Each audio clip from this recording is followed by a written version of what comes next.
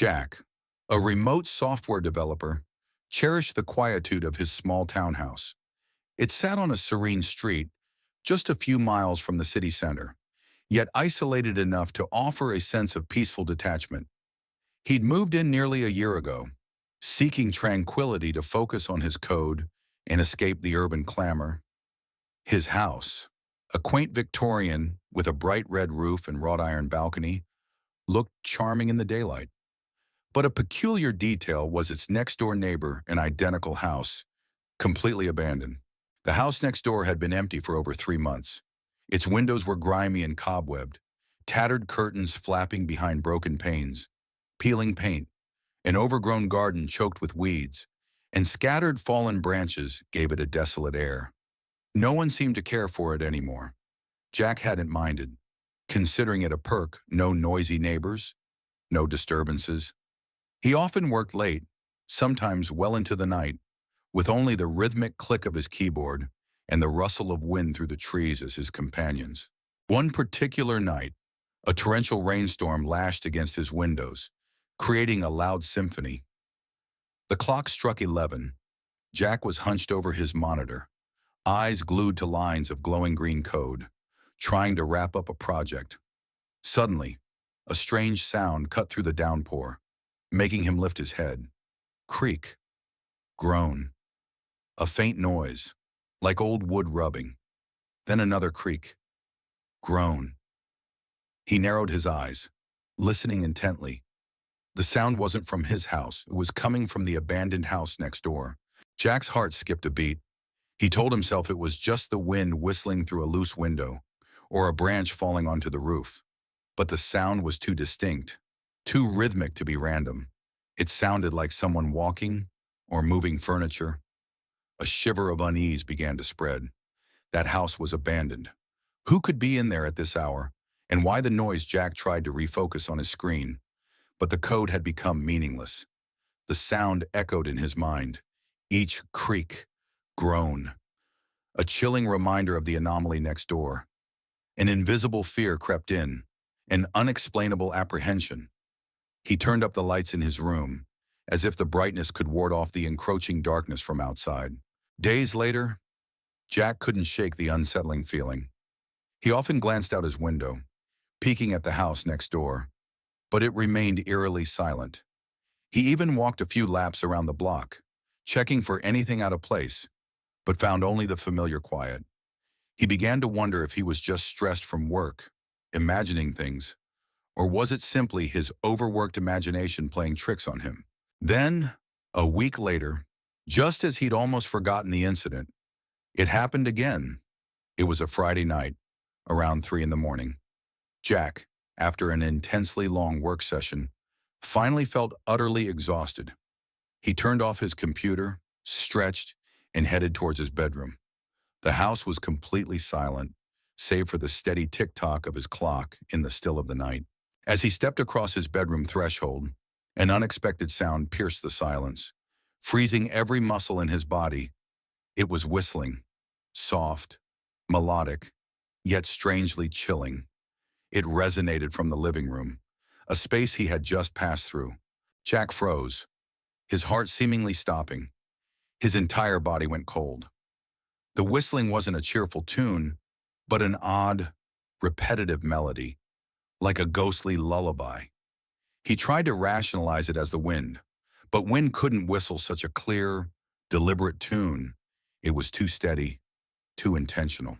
A primal, bone-chilling fear coursed down his spine. He felt the hairs on his arms and neck stand on end. The air in the house seemed to grow heavy, colder. Despite the furnace running, he had a sensation as if all the light in the house was being drained, leaving a thick, oppressive darkness that swallowed everything. Jack held his breath, listening. The whistling continued, no faster or slower, like a taunt, a challenge. Should he check or should he run? Reason screamed at him to retreat to his room, lock the door, and hide under the covers. But a morbid curiosity, mingled with an overwhelming terror, urged him on. He had to know. Jack took a deep breath, trying to calm himself.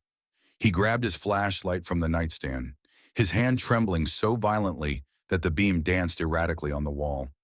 Each step he took was tentative, slow, his pounding heart echoing like a drum in his chest. He descended the stairs, each old wooden step creaking under his weight, the only sound breaking the terrifying silence, apart from the steady whistling emanating from the living room. As he reached the bottom floor, the flashlight's weak beam swept across the dark dining room, over the wooden table draped with a white cloth, then moved towards the slightly ajar living room door. The whistling grew clearer and clearer, as if the person was just on the other side. A chilling dread enveloped him. Jack swallowed hard, his throat dry. He slowly, cautiously pushed the living room door open. His flashlight beam swept across the room, and then he saw it. In the living room, with his back to Jack, sat a man. He was in Jack's old armchair, his back straight, as if waiting. He whistled, the melody still steady and eerie. His shadowy figure was vaguely outlined in the darkness, an odd sensation. Jack could make out his dark, messy hair and an old, dirty coat. The man didn't turn around, showed no sign of acknowledging Jack's presence. The entire scene was surreal, like a terrifying nightmare unfolding in reality. A wave of icy horror washed over Jack, not from the cold of the night, but from sheer terror. He tried to scream, but no sound escaped his throat. What was he doing here? And how did he get in? He suddenly noticed the man's hand was holding something. Jack's flashlight beam briefly caught it, and he saw it was a gun, an old, short handgun, but unmistakably a gun. Jack's rationality completely collapsed. This wasn't a dream. This was real. An intruder, sitting in his house, whistling eerily, and armed. Fear consumed him, turning every thought into a panicked haze. He no longer thought of confronting him, no longer thought of asking questions. He just wanted to get out. Without a second thought, Jack turned and ran. He ran at full speed, without looking back, not daring to see if the man was pursuing him. His feet seemed to fly across the floor, his pounding heart deafening all other sounds. He burst through the front door, not even stopping to lock it, and sprinted out into the street. The cold night air hit his face, but he felt nothing but overwhelming panic. He ran straight to the main road, gasping for breath, his lungs burning. He didn't dare stop, didn't dare look back at his house. It felt as if a cold shadow was clinging to his heels. Even though he knew he was outside, when he was a safe distance from the house, he stopped, leaning against a tree by the roadside, panting. His trembling hand fumbled for his phone in his pocket. The screen glowed dimly in the dark. He shakily dialed 911, his voice cracking with fear. "Hello, police, I need help. There's a man in my house. He has a gun," Jack stammered, trying to compose himself but failing. He kept glancing back towards the house, as if fearing the man would suddenly emerge from the shadows. The dispatcher's voice tried to calm him, asking for his address and the situation. Jack tried to describe everything as quickly as possible. In his mind, only the image of the man remained, his back to him, whistling and holding a gun. Who was he? What did he want? Was he a robber or a madman? The fear of the unknown was even more terrifying than what he had seen. He shivered, waiting, every second feeling like an eternity. He felt as if he was in the middle of a nightmare from which he couldn't wake up. Minutes later, police sirens tore through the quiet night. Two dark blue patrol cars sped towards him, headlights sweeping across the trees. Jack waved them down. The officers quickly exited their vehicles, guns drawn. "Are you sure he's still inside?" an officer asked, his voice firm. "Positive I just saw him in the living room," Jack said, his voice still trembling. The officers acted swiftly. They surrounded the house, some entering through the front door Jack had left open. Jack stood at a distance, holding his breath, watching their every move. He heard hurried footsteps, the crackle of walkie-talkies. Then, a moment later, an officer reported over the radio, "Subject apprehended. No weapon found on him. No signs of forced entry." Jack was stunned. No weapon he didn't break in, but he'd seen the gun, he'd seen it.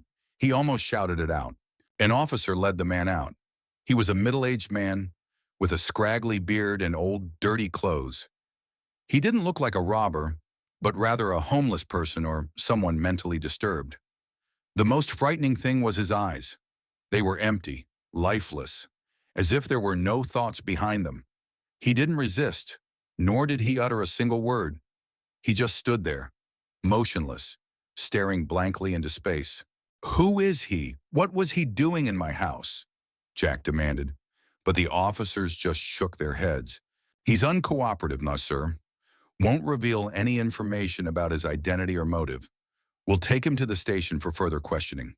An officer stated. Jack felt a new fear creep in. He said nothing, no explanation.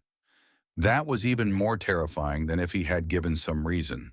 A mysterious intruder, with no clear motive, suddenly appearing in his house, whistling eerily, and then being apprehended passively, like a mindless puppet. The police investigated the abandoned house next door, but found no signs that the man had been there. Windows and doors were still locked from the inside. No signs of forced entry, nothing at all. They also didn't find the gun Jack had seen. This only bewildered Jack even more. Was he sure he'd seen a gun, or had fear made him misinterpret what he saw? Even though the police had apprehended the man and assured Jack he was safe, he couldn't find his peace of mind again. In the days that followed, Jack lived in a state of simmering panic. He couldn't sleep, or if he did, it was only to experience terrifying nightmares of the whistling and the figure with his back turned. He installed more security cameras, added extra locks to his doors, but the feeling of safety had vanished completely. Every time night fell, the darkness became something to fear, and every small sound in the house made him jump. The house next door, though still silent, now held a different kind of dread. It was no longer just a normal abandoned house, but a place holding secrets, unexplained things.